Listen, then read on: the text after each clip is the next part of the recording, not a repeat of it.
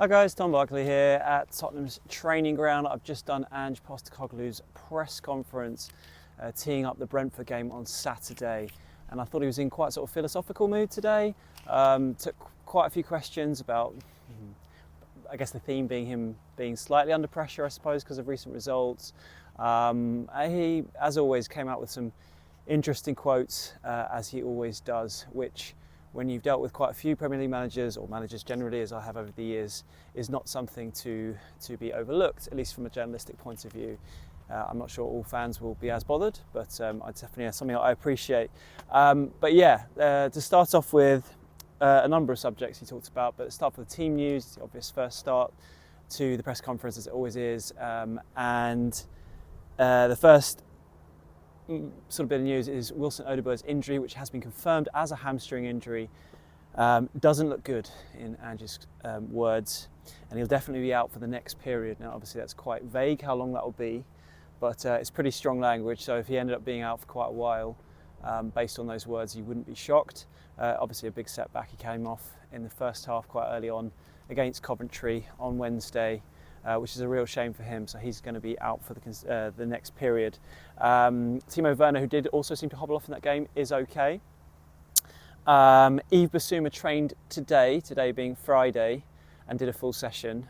So it depends how he reacts to that, whether he is in contention to start or to play. I do have a suspicion that he will have a big chance of playing when you consider Bentancur has played, was it the full 90 of the last two matches. You'd think Bissouma would have a chance based on sort of managing minutes.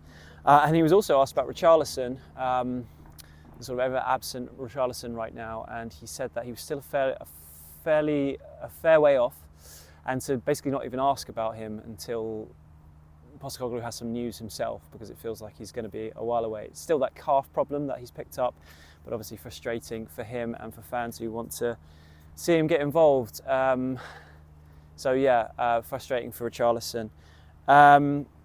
He sort of reflected on the Coventry game, which was a strange match, poor performance, I would say, pretty much from 88 minutes, and then they turned it around, and the main thing is they got through, but I don't think, given I guess to be honest, it's been more poor results really, rather than the performances to the start of this season.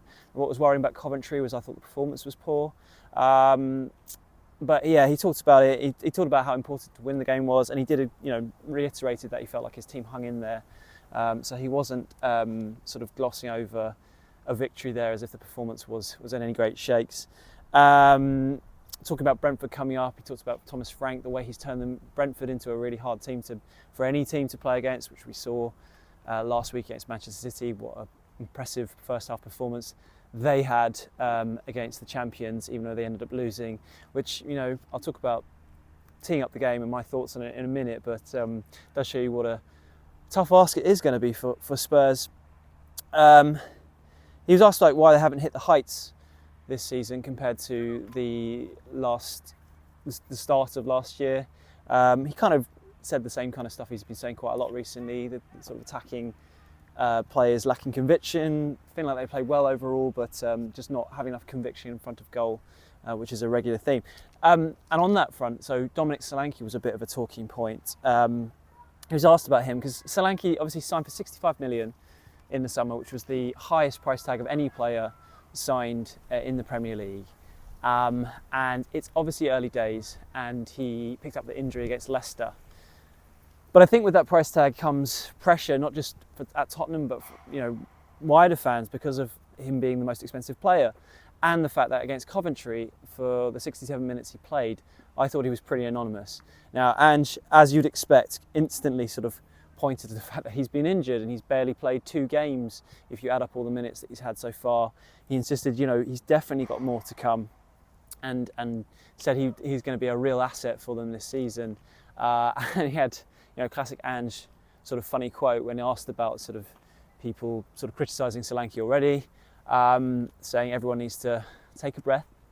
Probably what I need to do right now, having spoken very, very quickly. Take a breath, do some yoga, relax, and then maybe come back and assess him in a while. And he said, look, if it's been 15 games and he hasn't scored, then that's something that we can sort of revisit. But he's not going to start questioning his new signing already. And now I think I agree to a certain extent that it's way too early, and he's coming back from injury. He just needs to get fit, and he needs time to sort of adapt to this team. I think it's more the fact that he really didn't have much service at all against Arsenal. Definitely didn't get much service at all against Coventry. That it just feels like perhaps rather than being sort of down on Solanke, it feels like the integration into this team for him might take longer than many might have expected, given how well suited he appears to be to this team, and the fact that I've seen him struggle previously in his career with sort of increased expectation and pressure at Bournemouth when they were in the Premier League and in a relegation battle, and in the same way at Tottenham, the pressure increases at a higher expectation level, and I think that until he starts doing it, there'll be a sort of question marks around that. But obviously way too early to be sort of judging his performances so far. And that's what Postecoglou was talking about. He also, interestingly, was asked about Ivan Toney because he was the other, I guess, obvious centre forward who was on the market this summer that Tottenham probably could have signed if they'd gone for him. And he did say they did actually look at Toney, which is unsurprising, I suppose, but interesting to hear him confirm it publicly, but just felt that Solanke fit the profile of what they were after better. And you'd presume his age, the fact that he presses better than any other striker in the league, all those things we talked about as to why on paper he is a good fit for Tottenham would come into that. And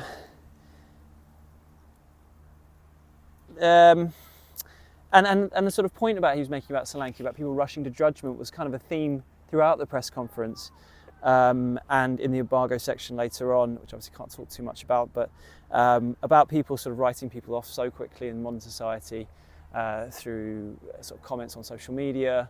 And I find it hard to disagree with any of the points he's making on that front. I'd like to think when I'm doing these videos, and thank you to the people who've started subscribing in this week particularly, and hopefully my plan is to do more sort of post-match reaction videos and post-press conferences and features, but I'd like to think generally I'll be a bit more sort of fair and not jump to rush to sort of just snap judgments. But even if, but lots of people do that. That's just the way society is now, and it's just what the modern manager has to put up with, the modern player has to put up with. They get paid very, very well for what they get to do. They get to play football for a living, even without the money, which is an absolute dream for a lot of people. So I guess it comes with the territory, but perhaps it's just getting to the point of people being written off, instantly, which is personally I don't think it's a great thing. But that was part of what he was talking about today, and he also talked about Solanke, how he did admit, him being injured early doors has not been ideal, has slightly disrupted his plans, because having that centre forward, that focal point which they lacked last season, particularly with Richarlison being injured and having to play Son through the middle, was something he's been very excited about having this season, and so has obviously not had him for a couple of games and is still now sort of working his way back into the team, Solanke. And on social media, he was actually asked about whether he had his own social media account, Postecoglou. A lot of managers, obviously probably not publicly known, are known to have sort of burner accounts if they don't have public ones, so they can be aware of what's being said about them, particularly from people like me, I suppose, people in the media. And last week when he was talking about Brennan Johnson in that embargoed section about him deactivating his Instagram, he talked about how, like, if he did that himself, he'd only lose one follower and no one would be bothered. And he was joking, but it was funny to follow up on that this week to see if he actually does have one and his thoughts on it. And he said he actually did used to like Twitter when it was known as Twitter.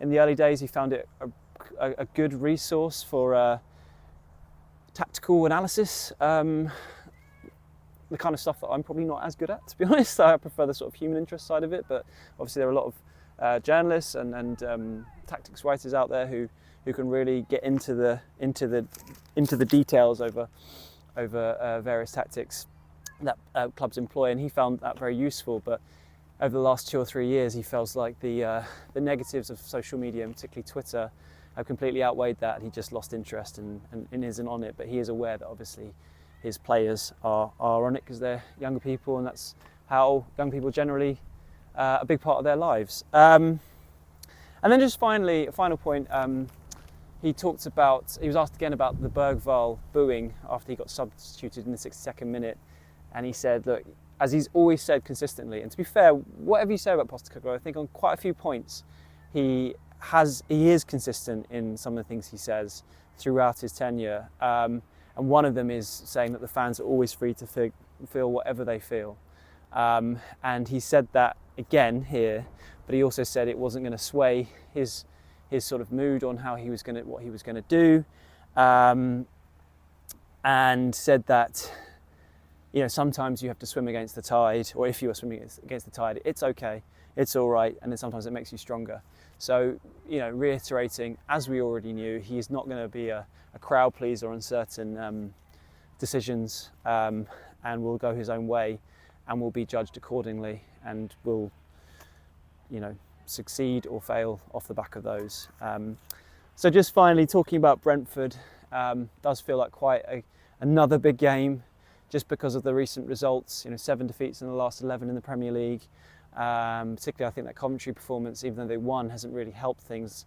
It feels like that performance was generally just quite worrying. I think I've said before, the lack of chances they created, even with a much changed side. I feel like they could obviously really do with not just a win, but a sort of convincing performance to get a lot of doubters, and there do seem to be some.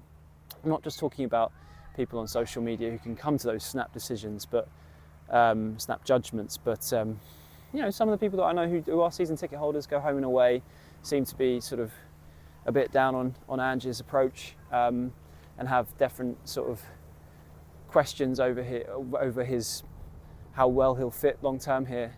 I think he could really do with a good win against a good side like Brentford at home, where they will be expected to win. But also, everyone who watches Premier League football will know what a rough ride Brentford gave Man City last season.